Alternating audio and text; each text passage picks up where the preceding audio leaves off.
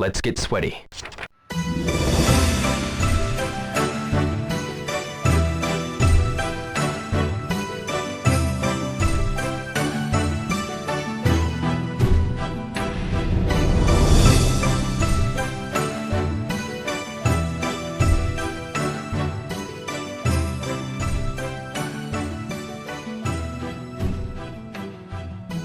Hey guys, welcome to a Shenmue Dojo bonus show. Today's slightly different in that it's a Q&A show. So a few weeks ago, I got some questions from the community and James is essentially going to answer most of them with me giving some thoughts as we go. But before we start, James, how are you doing? I'm doing all right, thanks, Matt. Yeah, steady start to the week so far. Bit of rain, not great, but yeah, sweltering last week, and now we've got all this rain, haven't we? I know it's a bit mental in other countries. Have you seen the flooding in Hong Kong? I know, it's mad, and there was Libya as well, or somewhere's flooded. Yeah, so this is all like the backwash from the heat, I think. Everyone's getting... We're going to get more and more of the this, end of the world. Yeah. We get more and more of it. And I noticed you're suitably equipped in your dojo t-shirt. Thanks, mate, yeah. Why not, eh? Yeah, fuck What it. before? Exactly what they're for. Same with you, man. You know, has to be done now and again. Represent the community and all that. Right, let's dive straight on in. We're going to go for about an hour 15 minutes. We've got quite a lot of questions, so depending on how this goes, it may end up as a two-parter. We'll just sort of see how we go. I do have questions written in an order, but they're not going to be given in an order because I'm hoping to sort of chop and change a little bit, see how we go. But the first question is the most important question, and that is, what hot dog would you buy from Tom James? And that is from James Rayner. Right, okay. See, I have not had the pleasure of seeing these questions beforehand, so I'm trying to even think what he's got on his menu. I think he's got like a chili hot dog, right? He does. Chili. We'll go with chili because it's a bit like Sonic, really, isn't it? Sonic would have a chili dog, I'm sure. So yeah, we'll go with a chili dog, Matt. How about yourself? I was going to go chili dog as well. Like chili on stuff. So that's nice and straightforward, that one. There we go. You tried his homemade pickles? I don't know. It doesn't sound too appetizing. I don't like pickles anyway. Oh, do you not? I really I'm not like a fan. pickles, I do, to be honest. Yeah. Like, are you the type that will take the pickle off the McDonald's cheeseburger? Yeah. Oh. And they now let you customize them so you don't have it. I've seen, actually, some people on TikTok customize it so they have, like, loads and loads, because you can, like, say you want additional pickles. Yeah. So they just, like, properly, have a bun stacked with pickles. Ooh. And no burger sometimes. Ugh. No, thank you. Okay, now we're going into a more serious question here, but one I think we've talked about a little bit before. It's from Thomas Carrasco on the Shenmue 500k. Thank you for sending this in.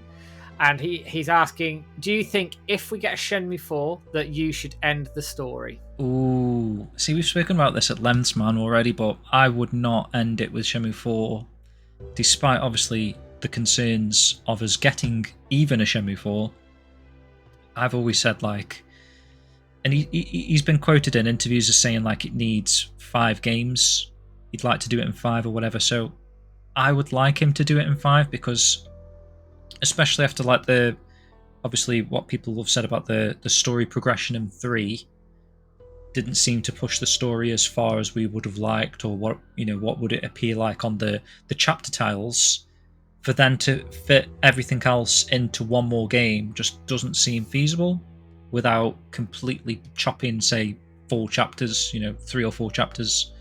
And I just want to see what the true story is, even if he can't tell it exactly as he wanted it originally. Like, if it was released on the Dreamcast in, your full-fledged Shenmue 1, Chapter 1, Shenmue 2, all of what we got with Shenmue 2, for example.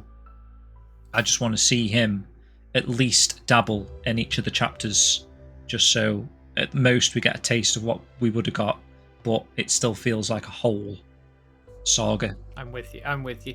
It's tricky, isn't it? Because I think, like you, I would love it done over 5 games, but I think neither of us are blind or deaf to the fact that we may struggle with that because Shenmue 3, okay, we know it's turned a bit of profit. Has it turned enough?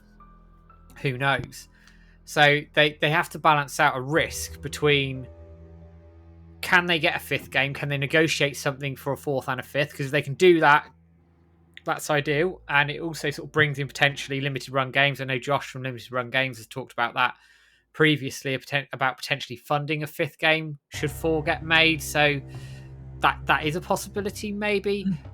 My heart says 5. My head says 4, but it's not the ideal situation, I think, for me. And I'm sure you agree with that as well. Yeah, well, that's why we were trying to come up with alternative ways of funding a Shenmue, 4 or 5, whatever, which is where we were coming up with that episodic idea, Matt, that got poo-pooed a little bit, but I do think that is a viable way of getting past a Shenmue 4.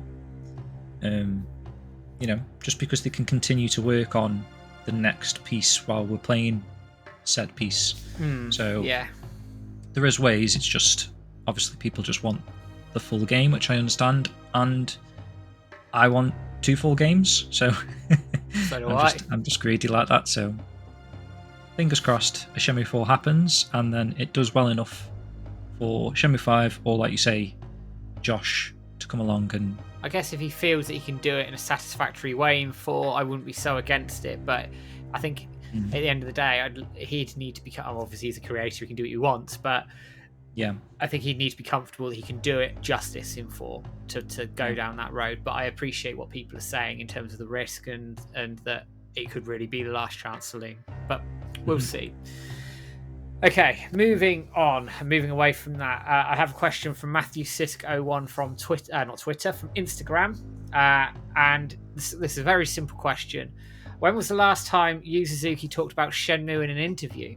Well, depending on when you watch this video, right, Matt? Last Wednesday? Well, it could be. I guess it's more when's it been spoken at length. Yeah. I think it's probably what's been recently. got at here. I'm trying to think now. I mean, obviously, last year was the anime, so it would have been sometime last year. Potentially that group chat with the host of was it Comic-Con or I think it was Comic-Con. New York Comic Con. And later on, they had that stream in Japan with Ezra, didn't they? Oh yeah, with Matsukaze as well. Yes, yeah. Yeah, that was that towards the end of the show run or towards the start in Japan? I think it aired a little bit later in Japan, didn't it, for some reason? Yeah, it was around middle of the year 2022. So we're probably, I think, only about 13, 14 months off that, right then? Yeah. I mean, yeah, probably about 13 months off of it, give or take a little bit. So at length, I'd say a year. There has been sporadic talk back last year with the 110 stuff running around. There were some comments made on that by Yu Suzuki as well. Likewise, in said interview that we've just done, there's a little mention of Shenmue, which I think is quite positive overall. Yep. It's not a complete dead no, it's dead goodbye. Take it as you will. You can read the interview. It's on our website. Yeah. I just hope that we get a little bit more next year in terms of progress talk about Shenmue. I think it's probably the fairest thing to say here.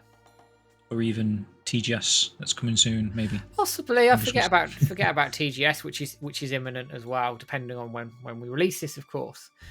And then we also had the 110 interview, didn't we, as well? Remember that? Did, and that was at the end of the year. I think it was sort of the latter third of the year, if my memory serves me correctly, where Sergey was asked about Shenmue 4, and he just sort of said he smiled and there was no comment.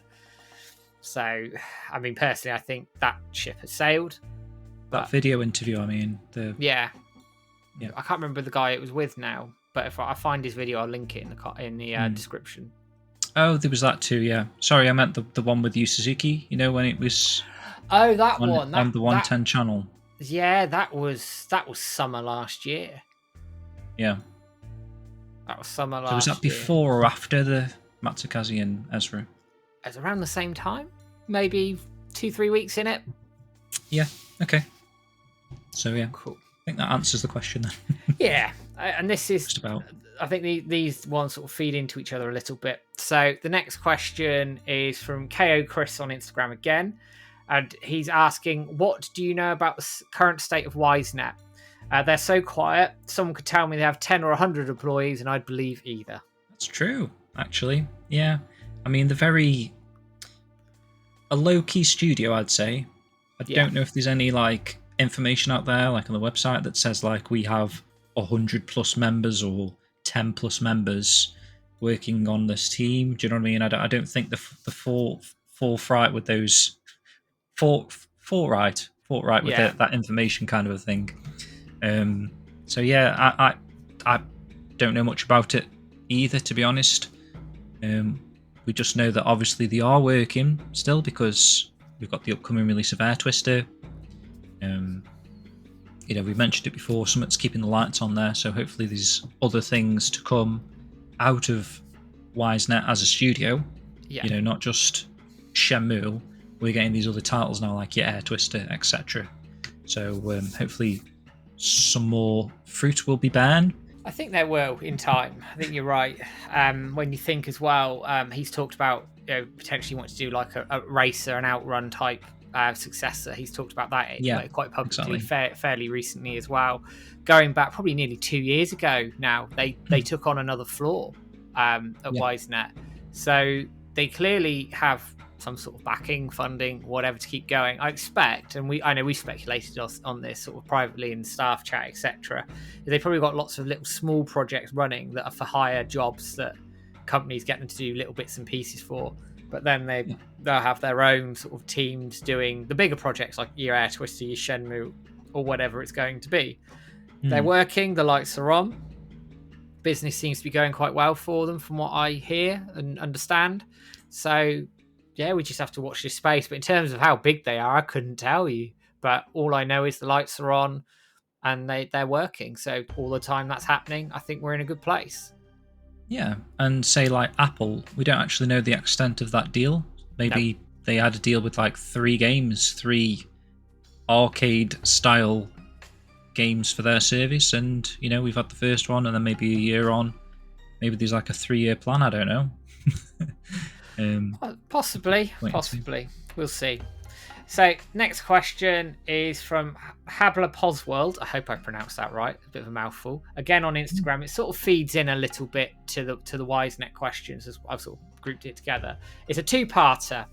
So why does Shenmue have the worst marketing team? Is the first part. And then the other part is, why doesn't WiseNet use social media very much? Well, the first part, I would say that the marketing team used to be good. I'd say like around Shenmue 1 that had amazing marketing, like the amount of events, even that billboard thing that was up in Akihabara, just insane to see that, and the amount of like merchandise and premieres and all that sort of stuff that we're still trying to collect today that were from those original events that they put on all across Japan. Even Europe had its own little event, even America had that little event where Yu Suzuki came and did some signings and stuff like that. So I think the marketing was there for the first game. The second game, not so much so, because you're on the tail end of the Dreamcast dying off, and then it's in this sort of in-between place of the Dreamcast and the Xbox. So it was a bit hit and miss there marketing-wise.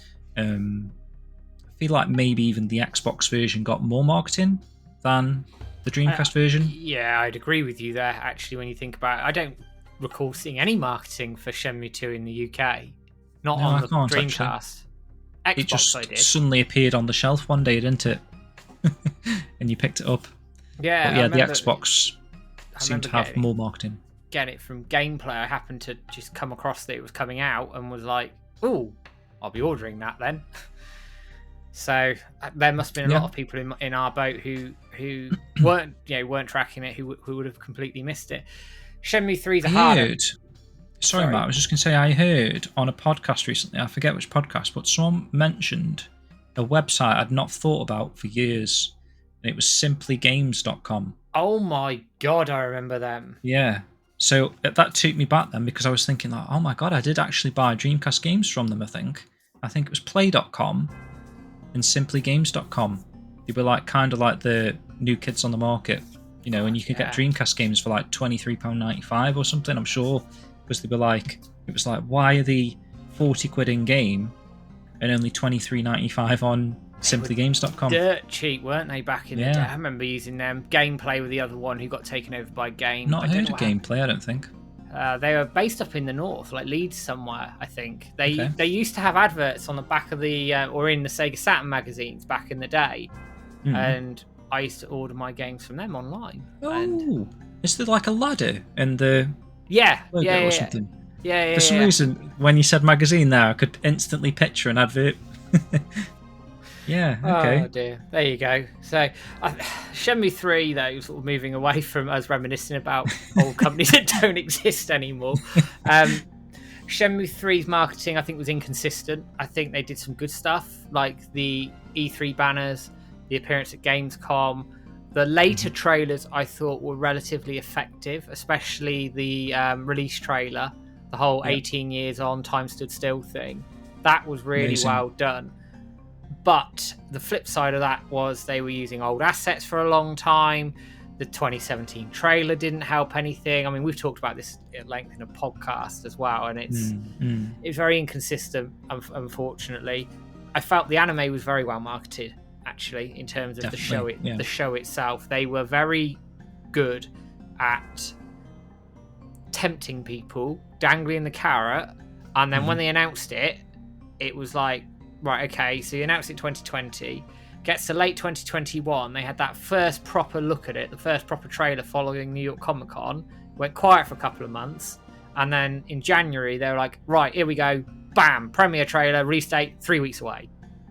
Yeah. So you didn't have time to sort of go, what? Yeah, it ramped up so quickly, and those trailers hooked you that quickly that you didn't want to wait 3 weeks, bam, and I thought they teased it and handled the marketing for that very, very well. The merchandise, not so much. We know it's Japan-centric and all the rest of it, but that's a different discussion altogether, I think.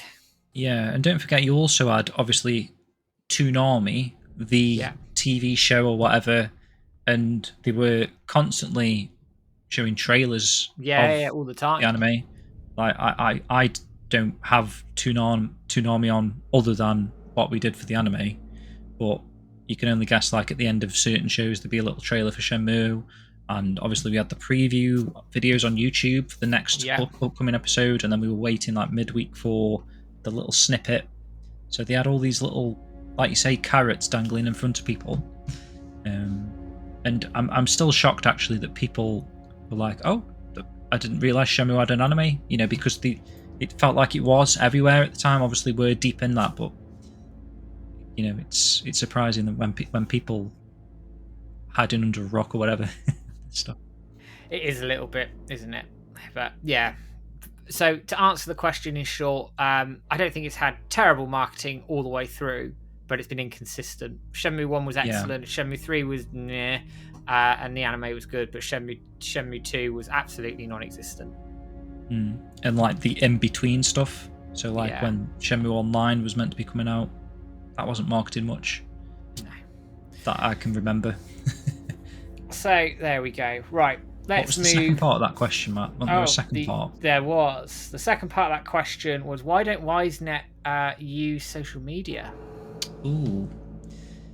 That is an interesting one, because you would have assumed in this day and age, even if it's not Yu Suzuki himself, even if it's not like other team members, they should have like one designated member who is promoting Air Twister at the moment, or, you know, is it just because they've only got one game that they're promoting at the moment? Maybe if they've got multiple games, then that would become more of a necessity to market them, or is it because they're relying on these other companies like NN Games to do all the marketing? Possibly. I mean, it's hard, isn't it? Because we don't know the staff structure there either, whether there's anybody designated like a community manager. A lot of these bigger studios have designated community managers for the brands, the IPs, etc. So they maintain. Look at Sega have got like 3 or 4, aren't they, that all work in sync. Exactly. So there's quite. Look at Sega; they've got a team of them. WiseNet, with respect, is quite a small studio in comparison to that. So they may look at it and go, we haven't got the time for the social media stuff. We'll let the publishers deal with it with the games we're making, which I can understand, and they just concentrate on making the product, making the games. Fair enough. I do wonder whether it's a little bit of untapped potential, but I would also flip the argument a little bit and say, do they need a social media presence all the time? Because with the greatest respect in the world, you've got groups like the Dojo, Shenmue Forever, Phantom River Stone, 500k, Wandering Through Shenmue. That's 5 I've just reeled off pretty quickly that promote Shenmue Wisenet titles. So does that make up for it to a point? Kind of, I suppose. We're almost doing that job, aren't we? We're filling the boots where, they're perhaps not catering to that. And if there is a big announcement, they do use the Wisenet. It's just so that we haven't really had a big announcement for... I don't know if they tweeted out about the in-game stuff, maybe? They or the did, although stuff. I think In went on it first, then we went on it, having sort of seen the in post very quickly. Bearing in mind, we only found out because there was a leak that it had been rated in Germany. So things were moving that way, shall we say. So we were sort of getting ready for it anyway.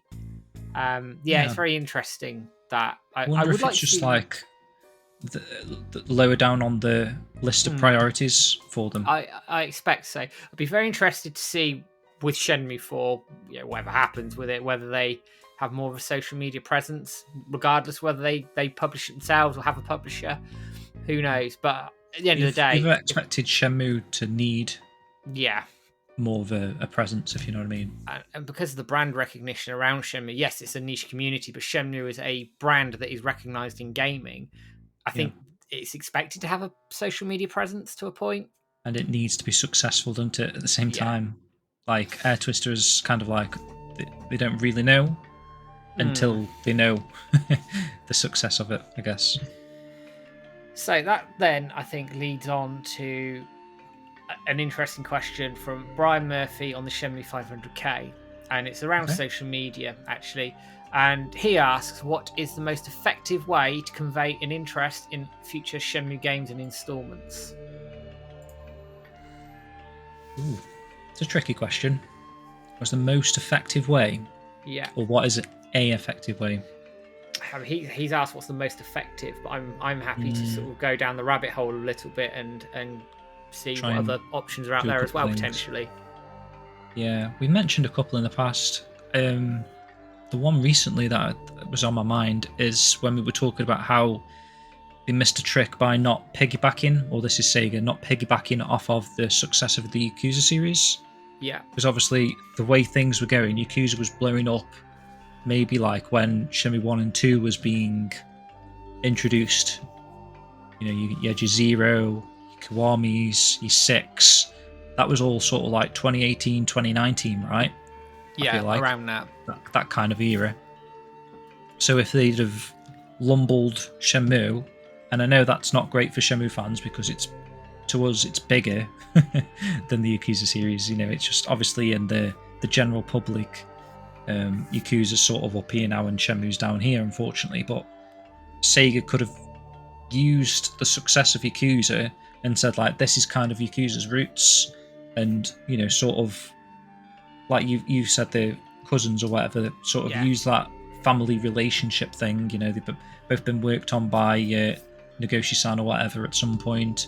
Yu Suzuki, the godfather of Sega and stuff, and just sort of get more out there to say, like, these games can be enjoyed together almost. Yeah. If you're really enjoying Yakuza, if you're really enjoying like Yakuza 0, you've played every Yakuza game that we've got at the moment, you want a different experience, get Shenmue.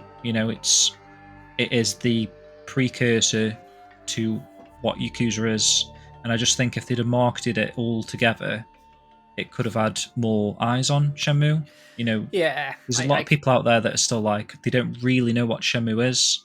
Yeah, Yakuza's such a big brand now, like a dragon. You can, I don't know, obviously I'm not at school anymore, but on the schoolyard, people probably know what Yakuza is now, right? Or Like a Dragon. You'd think so, yeah. Whereas if someone said Shenmue, they'd be like, what are you on about, mate? And that's the same as it was back in 1999, 2000. If you said Shenmue out loud, you'd be like, what are you on about, mate? So if they'd have brought them in together, then the conversation could have been Like a Dragon and Shenmue at the school dinner table, maybe. Yeah. It's difficult, isn't it? Because I agree with you. I think they could have effectively piggybacked off of it, maybe bundled Shenmue 1 and 2 with some Yakuza titles here or there, almost as a little freebie. You like this? Yeah. Give this a go. Just spitballing ideas where with Yakuza titles selling sort of in excess of 2 million copies per title now, which is really, really good. Yeah. If Shenmue had that advantage of maybe piggybacking a little bit, maybe the odd person would pick it up. Maybe more people would pick it up, and then you make a fourth game more viable. Excuse me. Outside of that, we look at social media. Obviously, we've got the hashtags. Hashtag Let's Get Shenmue 4. Obviously, that's on the 4th of every month. That's been Tweetathon's been running for in excess of 10 years now, and I think that's like the bread and butter for the community now. We do that. It creates some noise. And we're very good at doing that. I think we need to supplement it now, and use other tools at our disposal. So YouTube, I think, is a major tool. It's something we've learnt on quite a lot this year. Is YouTube and the videos that we've been putting out. You've got other social media platforms like Instagram, TikTok tend to be quite popular. So I think it's a cross social media platform idea now of promoting this thing, and quite frankly you need to be very targeted in how you're doing it. So we need to be targeting people like Sega, Sony, your Eisnet, etc., to let them know the demands there. But I also think that the variety of content needs to be out there. So if Shenmue fans want to make some content, go and make some content, get it out there, because the more people talking about Shenmue, the better. And that doesn't just come from community groups like the Dojo or Shenmue Forever or wherever. Every fan has the ability to change the narrative. So if you make a video and it goes viral and you've made it about Shenmue, all of a sudden that's really in the conversation. And the more people talking about it, the more people engage with it, the better. It's very hard, I think, now to really target one platform. So I think back in the previous days with Twitter, that was the platform to target. I think the other platforms now, like YouTube especially, has caught up. And I think that's something I think we could utilize better. But for anybody who's new to the community, hashtag Let's Get Shenmue 4 on the 4th of every month is where we start. We put out a tweet every month with all the community groups listed in that as well. There's plenty of people out there who want to engage with Shenmue. So if you're new, have a look and drop us a line. We're open for anything, open for any ideas and discussion around it, because we want a fourth game at the end of the day. Yeah, and there's a good point in there, Matt, that I feel like people that are curious about gaming, so people that want to go back and play like the original Resident Evil, the original Tomb Raider, I would hope that Shenmue is amongst that kind of list of games that, people that are curious about gaming go back and want to try, whether or not they've picked up on a YouTube video that suggested these are the top 10 games for the Dreamcast. Those sort of videos you see quite a lot of, and Shenmue's always number one. So if people are curious about games for particular systems, if the particular system is the Dreamcast, they're going to be most curious about Shenmue because it's going to be on every single list. So I would hope that is sort of a synonymous concept in the next generation of gamers that are curious about the history of video gaming. And I think Shenmue should be at the forefront of some of these titles that they're probably more familiar with, like Halo, going back and playing the original Halo. It should be one of those names that just is reeled off as a must-play game. Yeah, and actually you make a good point. Over in Japan there was that group who recently just played Shenmue. I think it was on stream. A famous famous musician or something, and her staff were playing it on Those stream. Japanese idols. Which was quite interesting to see some of that, actually, that they're picking up Shenmue for the first time. And that's the sort of thing, it gets it exposure. Yeah. that those idols are playing it, and their fans may go, "Oh, I'll give this a go. Who knows?" And then all of a sudden, Looks fun. you could pick up, you could pick up 100 fans, you could pick up a million fans. You just don't know. But the more people picking up and playing it, the better. So again, that's probably something that should be utilized more and more, and streaming platforms again, because I think there's been some big streamers out there play Shenmue. And I think if more picked up Shenmue, I think more people again would expand potentially into that world. But we'll see. I think that was like one of the turning points for the Yakuza series as well. Like there was something that happened, probably was the Yakuza 0 release, that got people interested. But there's always that possibility that something like that could happen for Shenmue. It just takes like something to blow up. At the right place, right time sort of thing. Yeah, definitely.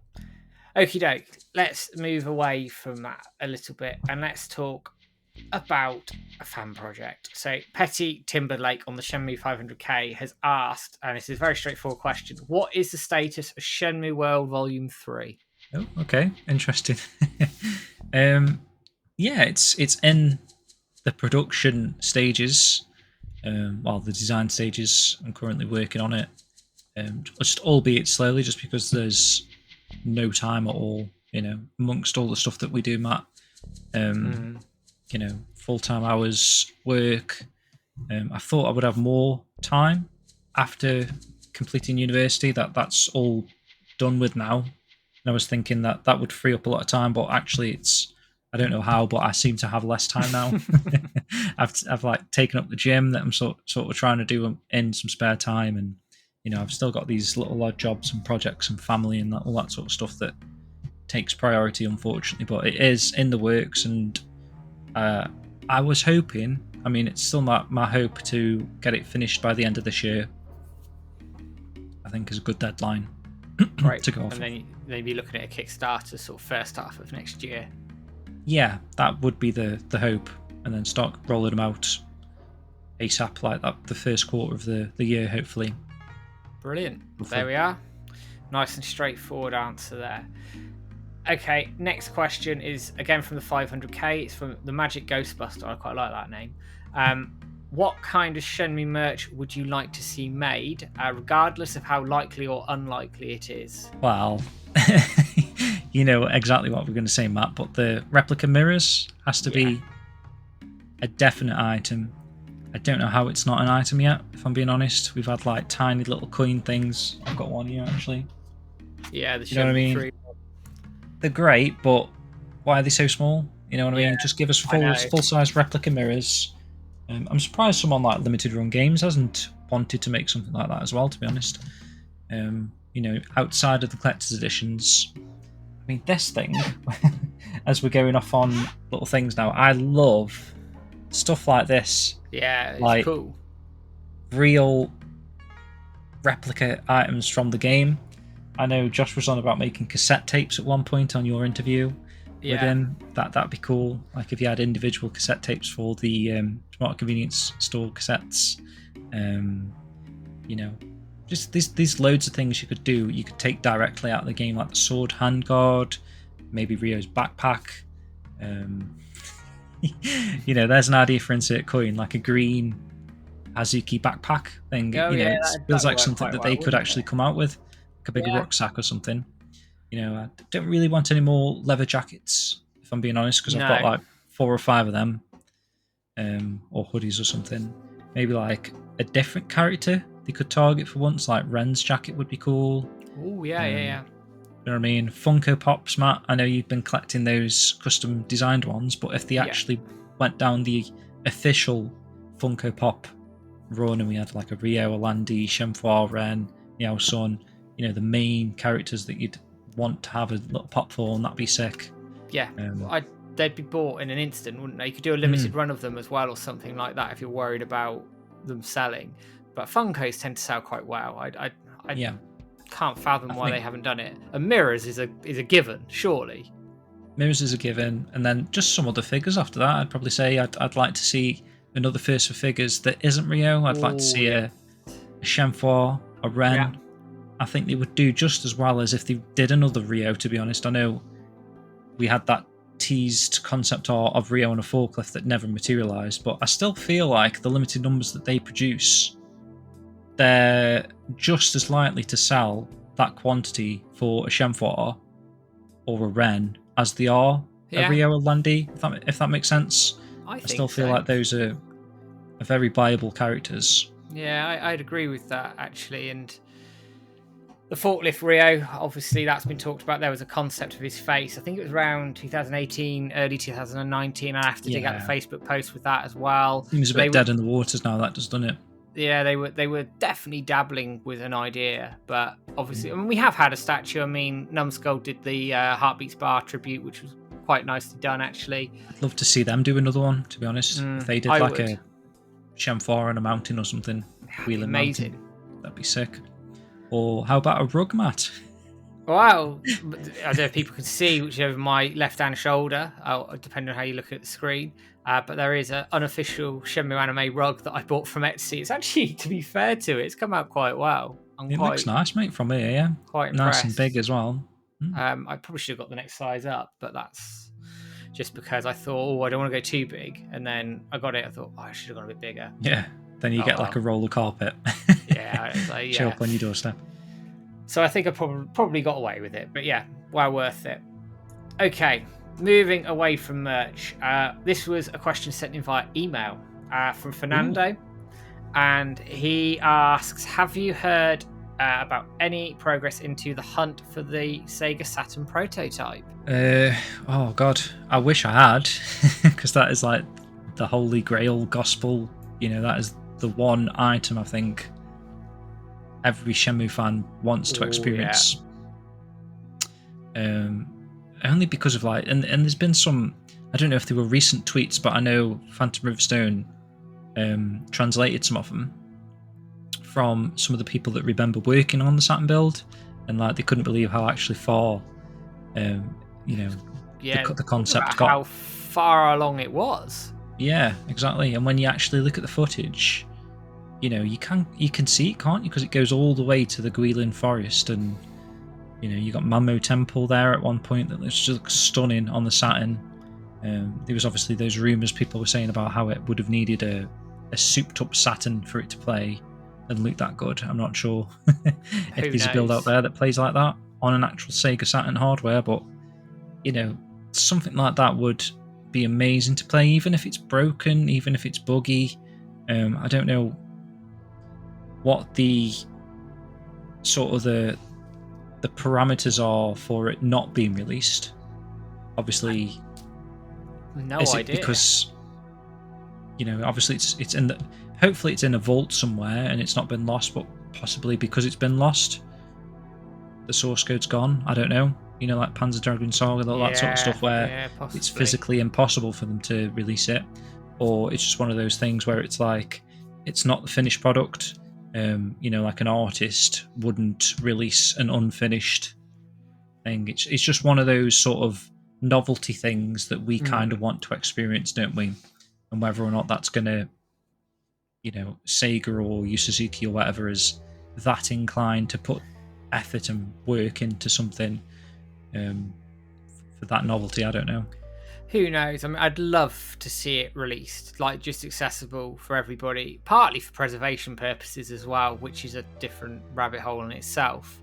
Yeah. Whether it still exists, whether the code's still there, who knows? I'm hoping it's locked in the vaults of Sega somewhere, or someone's got it sat randomly at home and goes, "Oh, I've got that," and then we accidentally get an email going, "I have this." That's the dream. We'll see, but yeah, like in terms of progress, that'd be amazing. But in terms of progress, there isn't really any.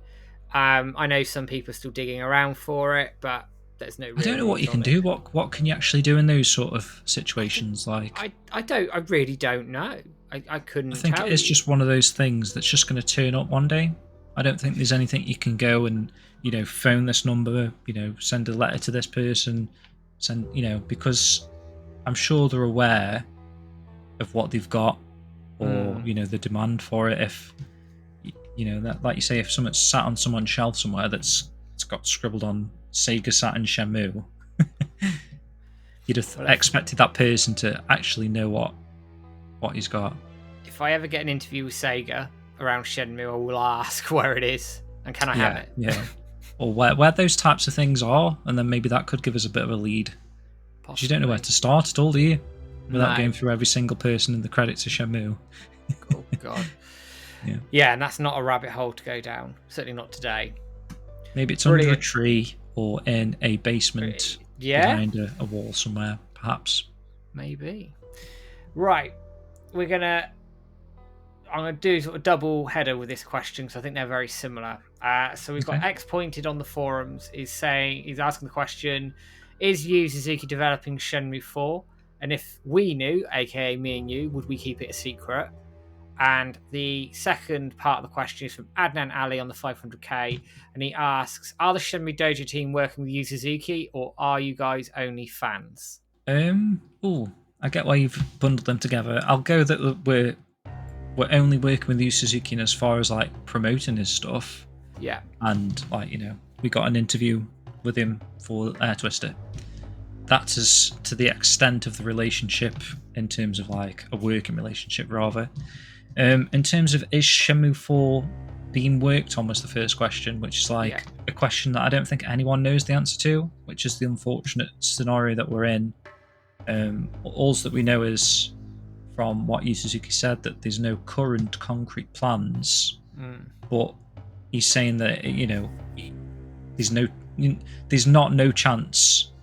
He's saying that there's no current concrete plans, and concrete is like a word that's like there is plans, but not the plans, if you know what I mean. Yeah. You know what I'm trying to say there? Like the describing exactly word of concrete is like, we have the plan to do it, but we can't say that it's happening. There's no concrete plans, Because there could be any number of factors to something like that. Actually, they have a plan that they're wanting to work to, but they don't want to talk about said plan because actually at this point it could still fall down and they don't want to raise expectations. It's a tricky boat, I think, in that regard. And would we keep it a secret if we knew? Well, we'd have to. Is the honest answer, because we'd be under NDA. And even if you weren't, it's like it's something you do because you wouldn't want to disrespect someone. Do you know what I mean? Like if you've heard some information about something like a project, or if someone says, "Oh, Shenmue 4 is being worked on, James," but don't tell anyone, then it is a secret, isn't it? It's like we're not the type of people to go off on Twitter and make a new account and say, "Hey guys, I've heard that Shenmue 4 is going to be set in Shanghai. This is going to happen." Like that rumor we had a while back. Yeah, back on 4chan, a secret sort of stop. Yeah, I mean, even if we weren't under NDA and we knew categorically that Shenmue 4 was being made right now, we wouldn't say anything because it's disrespectful to the team working on it. It could scupper all sorts of marketing plans and have massive ramifications in terms of how they move this thing forward. From a very selfish point of view, I like to think that the dojo's got a level of trust with WiseNet and Sega over the years, and I wouldn't want to break that either. So that there's that element of it as well. I will give a shout out to Joel Tess over at WiseNet, who puts up with me hounding him with emails for things here and there. Fantastic, isn't he? He's brilliant, he absolutely spot on, Joel. I have a lot of time for him. At this rate, I'm probably going to owe him about 10 crates of beer, but in short, we don't work with Yu Suzuki. We work with them in the sense of we can get an interview here or there, which we've been quite lucky to have, but it really doesn't stretch beyond that, and we would absolutely keep it secret if we knew Shenmue 4 was being made, because we'd have to. I'd compare it to when I spoke to Dan Sheridan that time at that gaming show, and I said to him like, if, and this was like before Shenmue 1 and 2 was made, it was like, if Shenmue HD's been worked on, can you give me a wink? And he went like that. So it's like you don't say one or the other. Do you know what I mean? It's like yes but no. It's tricky, isn't it? Okay, there we go. We've answered that quite nicely. So I'm then going to shift us into a question from BCDC on the forums. Slightly different tone to this question. He's asking, when will there be a Shenmue meetup? And he makes reference as well to Shenmue World Issue 3, which we've talked about, and also talks about how we promote a new Shenmue, which we've answered already. And cool. There's a second part to the question, which I'll come on to separately. But are we going to do a Shenmue meetup? Yeah, I'd say so, Matt. And, firstly, thanks everyone for keep asking about Shenmue World Issue 3. I didn't know people cared that much, but that's cool that you actually asking about Issue 3. So yeah, good stuff there. Shenmue meetup wise, we are actually meeting people at the Sonic Symphony. Yeah. Which, as a recording, is this coming Saturday. So technically semi-Shenmue meetup. But in the future, we do have plans for like a bigger Shenmue meetup. Me and Matt have spoken at length before about trying to find a venue or something to do something. I know we did have a pretty successful Shenmue meetup that time in London, right, Matt? Yeah, 2019, just before 3 release, about a month before, I think it was. So yeah, I'm always game for something like that, or maybe say if Shenmue 4 gets announced, we could have like a little mini celebration meetup or something. Might be a nice thing to do. Yeah, so it's in the plans. We'll leave it like that for now. And actually, a few of us are going to Eurogamer as well. Actually, EGX, if people are interested in that. October. Go get your tickets. So this is again from BCDC, but it's a different question altogether. He's asking, I'd love to know your thought processes about planning the Shenmue Dojo show, how you decide on what topics to talk about, and whether there's anything you'd love to cover but you've yet to do. Ooh, I have to pull up the list, Matt, because that is what we do. We sort of... I do it while I'm working, to be honest. I'm walking around and then I'm, something will pop into my head like, oh, we haven't talked about that. That might make a good show. And then I'll message Matt and he'll be like, yeah, sounds good. And we add it to like this overarching list of topics. And, at the moment, there's probably about 10 topics on there, which is good because then that sort of gives us a lot of content to be thinking about. And then obviously within making those 10 episodes, a couple more might come to us. So it's always like there's always something to be talking about. We haven't dried up the Shenmue well yet. Hopefully not yet. Not for a long time. I think as well within that show process when we're doing research, or we're sort of planning out how the show is going to go, then we sort of spiral off into these other topics. Potentially, then either become bonus shows or they become big podcasts in their own. It's a constant evolving process, I think, with the show and how we piece it together. I think naturally, more of the Shenmue history stuff, you tend to lead on the research for that. Anything that's really sort of data driven, sales driven, those sorts of things, I quite like numbers, so that's where I sort of come in with those sorts of things, and it just meshes together. We research it, we plan it out, and then we essentially talk around the topics that we have. We don't have a set script. Most of it's just topic, bullet points, and away we go. We rarely script anything out word for word. I hate it because I sound really, really wooden if I do that. I know what you mean. Yeah, an example of like ideas coming to our heads. We were doing the Kickstarter updates part 1 with the intention for the next episode to be part 2, and then came up with the idea of doing a music show to sort of break them up, because otherwise you're going to have Kickstarter updates. It might be a bit information overload. So we thought we'd do a nice little well-rounded music show, and then delve back into the updates, and then maybe we'll do a Shenmue 2 music show or a different topic, and then move into like the updates 3 towards the end of the year kind of a thing. So that's sort of how just ideas just pop into our heads, and we roll with it, I guess. That's pretty much it in a nutshell. And we keep just adding to the list and adding to the content as we go, and if we think it's worth talking about, we talk about it. That's why we're sat here right now.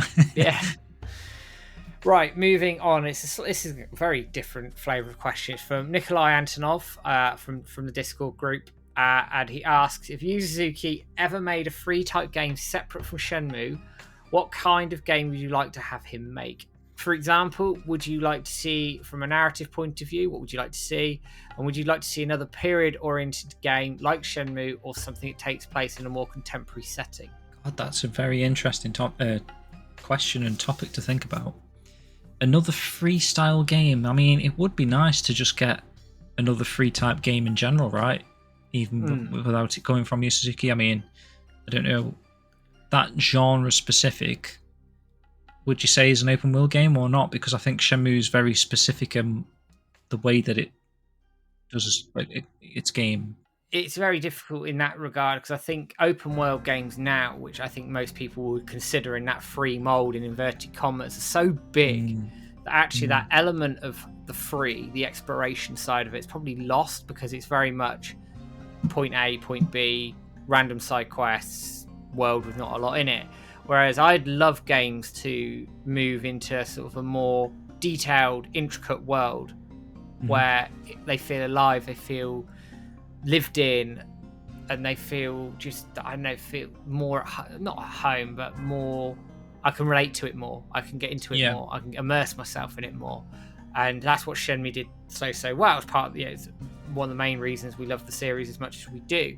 So if Yu Suzuki went down that road of making another game, I would love for that sort of idea of detail and models and world to be put together in that very much a similar vein, with modern sensibilities put in, don't get me wrong, and a really engaging story. In terms of where it's set, I'm not too bothered. I'll play anything that I think looks good and piques my interest. Yeah, very much true. You know, I was trying to think about like a different style of a Shenmue game, and all I can think is like, I just want a Shenmue game. But I mean, like my ideas were like, well, maybe they could have like a samurai set in Japan, or another Japanese location, or it's just essentially just a Shenmue game. A completely out there concept maybe could work in some of his other franchises like Outrun or Space Harrier. Perhaps there's something there where he can reuse some sort of ideas and whatnot and create a new game, like maybe you drive around with your girlfriend around a city. I don't know, like an open world driving game. Yeah, possibly. From the mind of Yu Suzuki. But then I don't know, maybe would that lose the free element? You'd have to get in and out of the Ferrari. Yeah. And, do some side quests, talk to some characters. I don't know. If anyone could do it, Yu Suzuki could do it. Maybe I know his earliest RPG was like Sword of Vermilion. Maybe he could go back to that and sort of do a sword-based RPG using the Shenmue model. Maybe. Yeah, possibly. That could work. Excellent. Exploration game. Okay. Next question from JP, again from the Discord. Has your favourite part of the games changed between your first playthrough and now? Yes. I was thinking about that for Shenmue 1, but then the Shenmue 2 element came to me. And we mentioned this before, the Guilin segment, first time I played it, I was a little bit disappointed by, because up until that point it was been all set in realism, set in reality, and then you reach the end of Shenmue 2 and all that mystical stuff happens, and it was like it completely flipped what I thought Shenmue was on its head. Yeah. So at the time I was like a little bit disappointed by that ending, because I was thinking like, oh, this is a bit weird, it's going all magical. And then I probably went on the forums and people are talking about the magic and stuff, and the magic at the time wasn't the most appealing thing to me. It was more so the realism. But then over time and playing it through, that's the bit that I'm more curious about now. Yeah. It's like I've accepted that was part of the series, and then I look forward to that part of the game now. And actually, because of the types of experiences we've had since Shenmue, because obviously it was the first to do that at the time, you've got so many games that have copied and pasted that sort of mentality, with like Yakuza and these other games that have had these worlds where the realism that you took from Shenmue, you can play in, at least 24 other types of games now. Games try and be as realistic as possible. Whereas like the magical elements of Shenmue was quite unique actually when you go back and play it now. Yeah. Some of the Chinese folklore that they're sort of intertwining between these characters, like this Japanese-based character that's just discovering that world, and then this Chinese character that's like familiar with the animals and the magic powers or whatever she's got, and they sort of like colliding, two worlds colliding almost. And then you've got the extra layer on the top of that Ryo's father was potentially involved in something like that 20 years ago. There's like all these intertwining paths that sort of don't really make sense, and the intriguing notion of how Shenmue's narrative is produced or where it's going to go, especially when you watch that Shenmue Online trailer, that is from wanting realism to being disappointed by magic, is like it's been flipped now, where it's like all I want is the magical elements. And like I was a tiny little bit disappointed in Shenmue 3 that it was more back to realism. In a sense, there was like less magic, because I was just hoping for something to jump out at me, like, a floating sword again, or just something that sort of tied things together a little bit more. Like you've got this epic magical moment and then no magic. If that makes sense. Yeah, that makes perfect sense. I think you summed it up well. I think mine hasn't changed. I think after the first playthrough of the original two games, Kowloon just stood out, and even now it still stands out for me. But I will add that I didn't begin to appreciate the Guilin section, barring the ending, which was absolutely bonkers. But I didn't really appreciate Guilin until I got a bit older. So I was I was 19 or 20 when I actually started to appreciate what they were doing with that, and the bravery it took to go from that massive crescendo in Kowloon, massive point in the game, and see Rio's just defeated Dol Neo, this massively action-packed hour and a bit, and then you've got 2 hours of calm, talking to Shenhua, walking through the forest, and that's ballsy. That's really ballsy to do it like that. And yeah, I adore it now. It's not my favorite section, but it's definitely much higher up than it was when I first played it. I think we need more of that this day and age, because everything's so fast paced, and you kind of just want to slow down a bit now, don't you? When you're gaming, you do. You do just a little sit back bit and relax, and I can't think of many apart from like a designated walking simulator type game where the aim of the game is just walking and talking and just enjoying the scenery. There aren't many, if at all. No. Right, we've got, I think, 5 questions left, so I reckon we could smash these out for this whole show. Yeah, do it, man. Let's carry on. So, Tortu on the forums says, do you think it's possible to make a collaboration with other YouTubers like Happy Console Gamer or Dreamcast Guy or others to bring more light on Shenmue? It'd be cool. It would be cool to talk about the game or other games like Shenmue, such as Sword and Fairy, Seven Kingdom Come Deliverance, for example. So do we think it's possible to make collaborations with other YouTubers to get more light on Shenmue? I think it's the basis of that question. Yeah. I mean, obviously, potentially. I mean, I wouldn't particularly be running out my way to team up with Dreamcast Guy, but Happy Console Gamer on the other hand, yeah, definitely. I mean, sent him copies of Shenmue World, and he actually unboxed them and showed them off on his videos, which is really cool. Hopefully that sort of intrigued a few people into Shenmue. Got Johnny talking about Shenmue again for that brief moment. Obviously he's done the videos with Sega in the past. Happy Console Gamer did. And obviously reviewed Shenmue 3, so that there's ways to get these people to collaborate, I think. And obviously, like yourself, Matt, and you could talk about this a little bit more, but with your interview series, that was sort of the aim, right? To sort of get people that are connected to Shenmue or appreciate Shenmue or have fond memories of Shenmue to come on the show and talk Shenmue. Yeah, that's exactly it. And I think to a large degree, we have generated some of that with some of the guests that we've been lucky to have on. I mean, Michael Huber's probably, in terms of the YouTubers, probably the biggest YouTuber that I've had on. And that was it was brilliant to have him on. I'd love him back. John Linneman's another one that's been on the show as well. I did try, and I haven't. It's not dead and buried. It's just one of those things that've been parked. I did try last year to start getting some YouTubers to do small 2-minute videos about why they love Shenmue so much, with the aim of putting together a longer video for people to push out there as much as we could.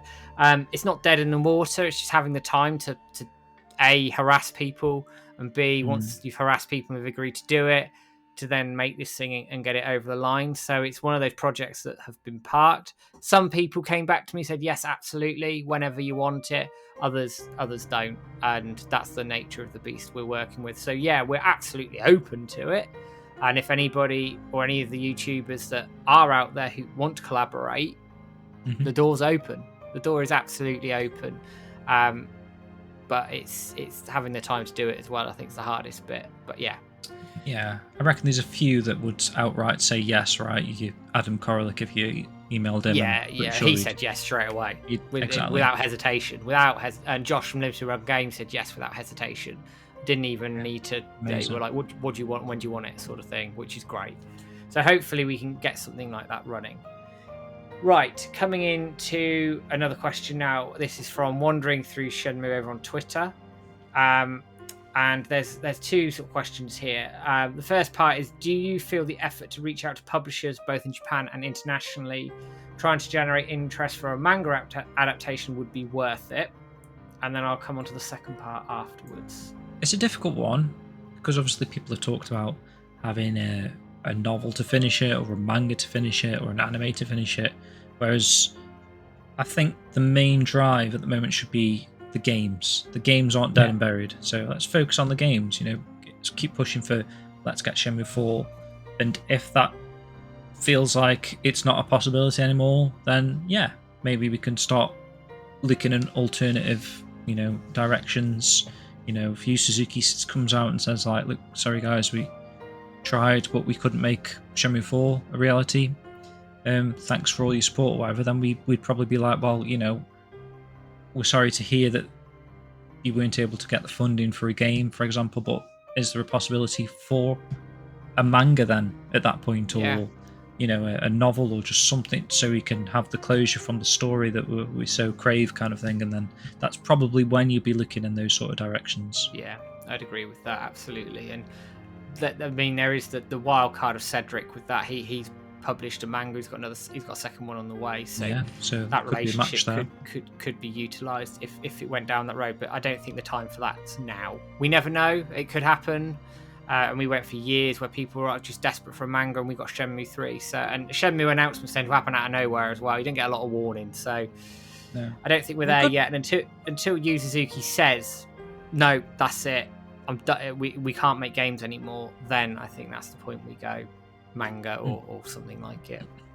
Yeah, good point with the Cedric idea though, because there's sort of a basis there to just get Shenmue stories in manga form if Cedric's up for it. I don't know what his involvement is, but you could literally do a retelling of Shenmue, maybe even a little bit more detail and stuff, in a series of Shenmue. That would be really cool. The current story, that'd be really cool. The current story would be amazing, wouldn't it? Just up to the end of Shenmue 3. Yeah, exactly. It doesn't have to go any further, but it could be an ongoing series that Cedric could produce because he's got that connection to Yu Suzuki. He's co-producer wherever Shenmue 3 and whatever, and he's involved in the Shenmue series still, and he's got a manga.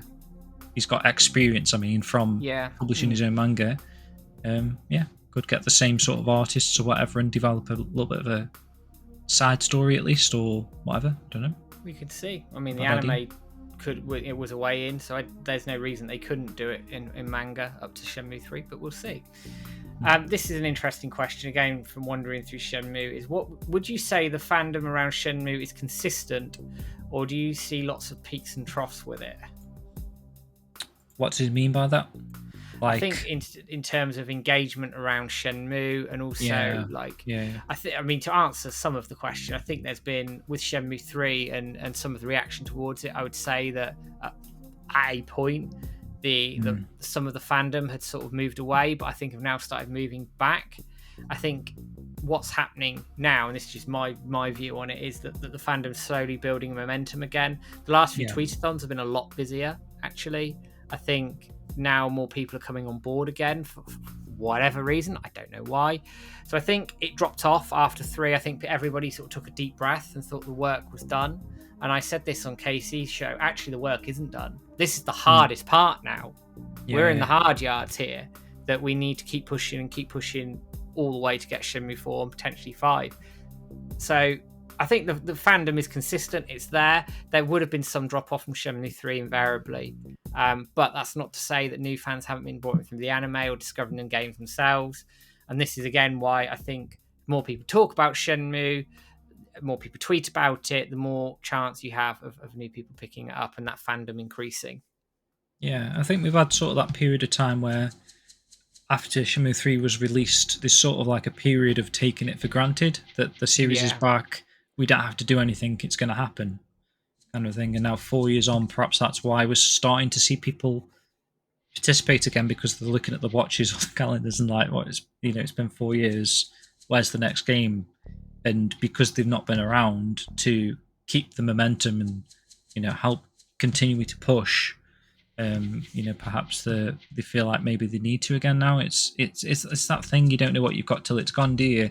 And that was the same all the way back when we had Shenmue 2, and then you just expect Shenmue 3. It's just an expectation because the series didn't have a conclusion. It's like with anything, like a TV show.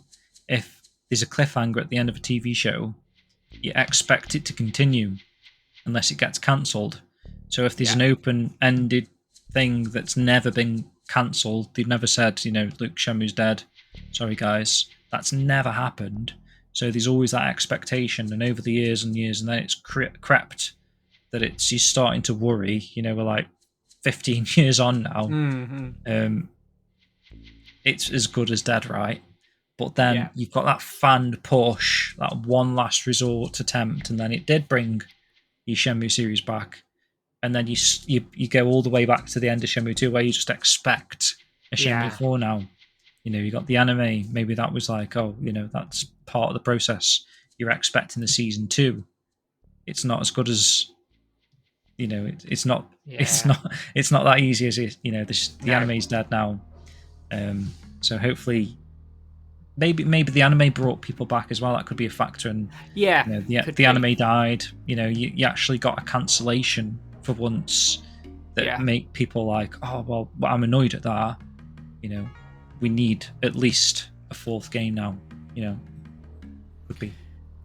Yeah, that sounds fair and it sounds good, and that actually feeds in, I think, to the next question, which is from Firat over on the Shenmue 500k, and he says or asks, should we be worried for Shenmue 4 if there's no news in the coming year? Again, and that is a good question to follow up from, because from what I've just said, like, we are in that sort of expectation period, maybe, a little bit like starting to get worried because it's been 4 years. And again, from that, like, there's no current concrete plans. It's never been cancelled, has it? The series is still there. There's still, you still got hope, even if it's a glimmer. So, what was the question again, Matt? Just so I could reiterate the. So, should we be worried for Shenmue 4 if there's no news in the coming year? So, when I think coming year, I'm thinking more sort of 2024 onwards. Yeah. See, I'm not worried at the moment, and it depends where you keep pushing the goalposts to. If you keep adding a year onto, I'm not worried yet, I'm not worried yet, I'm not worried yet. When does it end? There's got to be a certain point. I personally would be worried at the end of next year. This time next year, I'd probably be worried. Yeah. Well, I'm still in my sort of like happy. We've had the post anime. It's only just been a year ago. I know I keep saying that, and the months keep moving, so it's probably longer than a year ago now. But I still feel like there's fresh Shenmue things over your shoulder.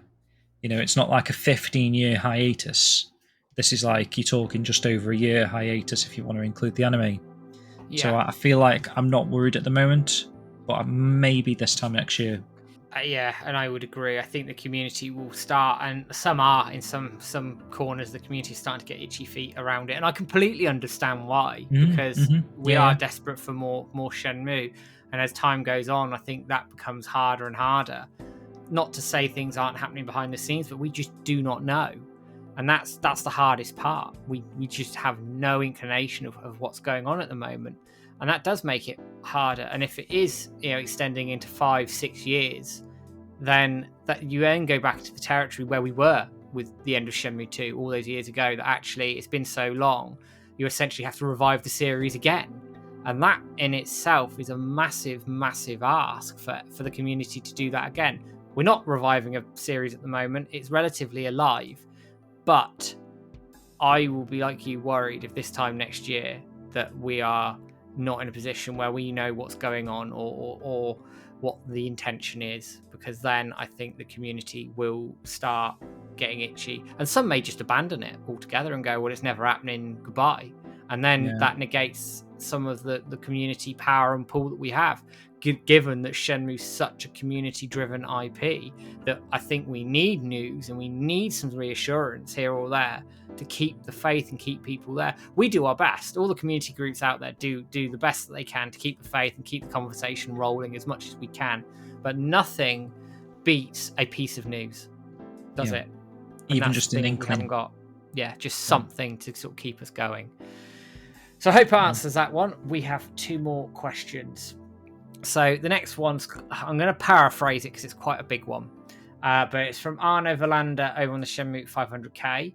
And he talks and asks about, what are your thoughts about the Shenmue 3 development related to a possible 4th installment versus finishing the story in Shenmue 3? So what I think he's getting at here is that, should they have finished the story of Shenmue 3, or do you think there was some clear planning in place because he had hope of a 4th installment coming off the back of a Shenmue 3, essentially? Yeah, I think, and he said this somewhere, I forget where it was, but he said that they had this sort of, I forget what the exact phrasing was, but he had a plan in place, didn't he? Had, he kind of, what is the phrasing, Matt, that we covered just recently? There was succession planning, isn't there? Succession plan, yeah. What happens when he gives up? And I think that's telling with the credits of Shenmue 3, where he actually says, he hopes to continue to spin Ryo's journey in a Shenmue 4. He literally outright names the next game at the end of Shenmue 3. I think there's hints everywhere. You've got books that say Shenmue 4 on the spines. You've got the shoes that say S4. I think he's not just putting those in to have a little bit of like a tease, a bit of fun with people, like a prank. It's just a prank, bro. I think he's put them in because he generally thought it would be possible to jump from Shenmue 3 to Shenmue 4, whether or not, reuse of assets and systems and stuff like that, they could just continue to work on it. Maybe that's what they have been doing, and Shenmue 4 is out there in some playable form somewhere that they've continued to work on since the end of Shenmue 3. We don't know. Maybe that is the succession plan that he was speaking of, for all we know. I think there's definitely some plan out there for Shenmue 4, and I don't think that because of that, then they should have tried to finish the game in a 3. I know a lot of people say like he's taken a massive risk by not finishing it at 3, but then he's also like, compromising his artwork, his original outline of this 11 chapter saga. You're talking, we've only sort of covered like 4 or 5 chapters at most. How is he going to fit? How is he going to fit 6 or 7 chapters into one game? He's not going to do that, I don't think. No, and he did talk years ago, and this stretches all the way back to the early 2000s, that Shenmue was going to stretch more than 3 games. He's talked about the sort of 4 or 5 game thing for quite a long time. Even so 6. Shenmue, it was massive. I mean, had it been wildly successful on Dreamcast, I think we probably would have got sort of a 2 chapter per game structure, but we don't have the benefit of that, unfortunately, now. But Shenmue 3 was never ever going to cover the rest of the game. I know there's an argument as to why people think it should have done, but I think you'd have rushed things, and he would have had a clear idea in his head that if Shenmue 3 does X amount of sales, Shenmue 4 gets greenlit. So they'd have had that in their head. Clearly, from what I understand and what we know, that hasn't happened, but it doesn't mean there isn't alternative planning, contingency planning out there for Shenmue 4. The argument around whether they should finish it for, obviously we talked about this at the top of the show, I'd argue that actually that carries more weight with the Shenmue 4 than it did with the Shenmue 3, because there's a lot less to cover now. They could theoretically cover sort of 4 chapters in a 4th game. It's a lot harder to cover 6-7 chapters in a 3rd game. So I think it probably carries much more weight for a Shenmue 4 and that argument to finish it rather than Shenmue 3. Yeah, and there was just that misconception that it was a trilogy as well. A lot of people went around throwing that word out, and obviously anyone that's familiar with chapter titles or whatever knows that Shenmue was always going to be this 11-part series, and we'd only covered a fraction at the end of Shenmue 2. So there was, and Andy'd also said in interviews that, it's not it's not a trilogy. You can't finish it with a 3rd game. So I don't think that was ever in his plans, to be honest. No, I don't. I think they always had a 4th and potentially 5th game in the planning. So that comes us on to the final question, and it's from Abdullah Alahante, and he is asking, do we need a Shenmue 0 before a Part 4? Good question. And that kind of goes around full circle to what I was saying about how Sega could have piggybacked off the success of the Yakuza series. Maybe a Shenmue 0 is all it would take for Shenmue to become a successful series. I don't know. I mean, obviously we all want the continuation of the story, don't we, with Shenmue 4, but there's a good discussion point in there to be made if you base the success of Yakuza and Like a Dragon off of that, going back to the roots, going back to this prequel chapter to get people back into the series, because people don't want to play a jump in at 6, because it's it's quite daunting when you think about you're releasing the Yakuza 6 as people's first game. So the Yakuza 0 model in that sense helped people to step foot into that series and experience the game from the earliest point of the story is basically what happened there. And then people went into Kiwami or Yakuza 1, 2, 3, 4, 5, 6, etc. to catch up, because they got into the series with 0. Maybe there's something out there that people are a little bit put off when they see a Shenmue 4 on the shelf compared to a Shenmue 0. Maybe Shenmue 0 is a lot more accessible, easy to pick up off the shelf for a new gamer to the series. Yeah, and it's you've covered that quite well actually, in that I think a 0, like it did with Yakuza, it could be that stepping way into the wider series if done well. I think what Yakuza had probably is a luxury. It had several titles at this point who've been relatively successful, so they could afford to take a risk with a 0. Not, I think it was a massive risk, but they obviously decided to go down that road and sort of build on the backstory a little bit more, which then with the Kiwami games as well just lined up beautifully. I don't know if Shenmue has the luxury of a 0, just given like a Shenmue remake as well, just because of the precarious position that I think we're in. I'd love one. I'd absolutely love one to be done, but also they'd have to be very careful what they put into that, because they could theoretically spoil a lot of what happens in Shenmue 4, Shenmue 5. So it's a tricky position to be in. And then I know there's talk out there of people wanting a full-scale Shenmue remake. It nearly happened. It's sort of 2018. Obviously, that footage from Digital Foundry came out. We'll see. We'll just have to see where it goes from here. But I'd love one. I don't think we need one. I think most people would agree the priority is to get things finished. But it's not to say it can't happen.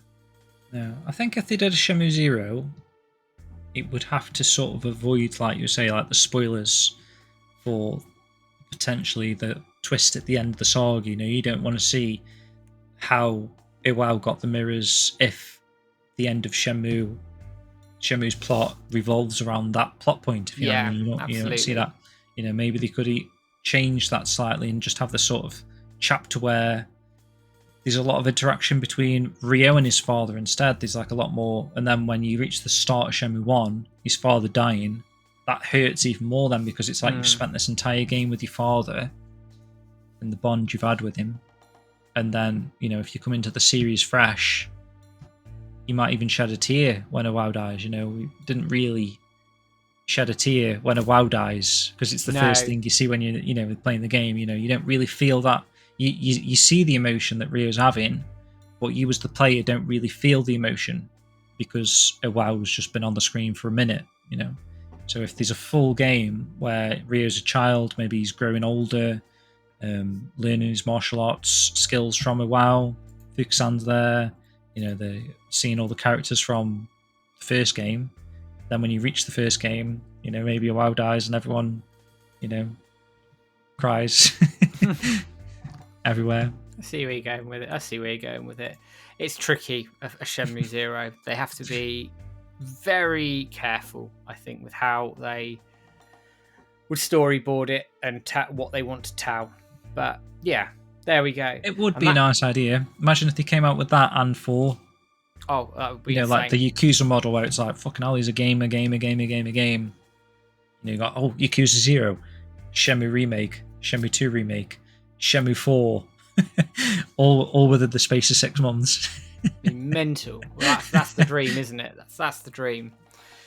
Right, that takes us to the end of the Q&A.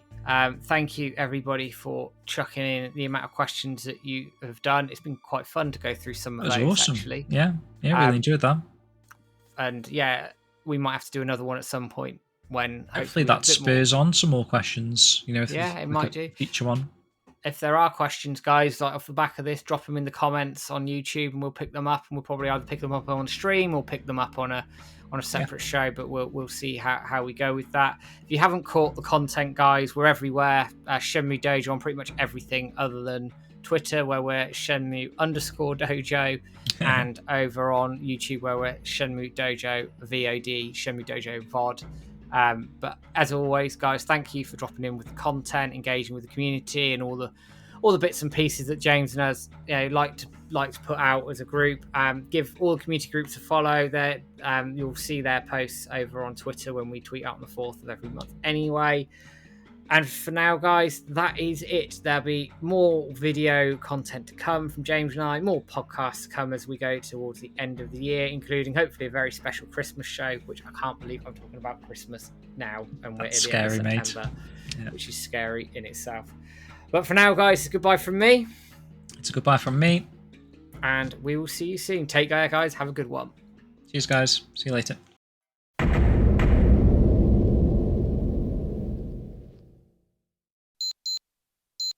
Oh, look at the time.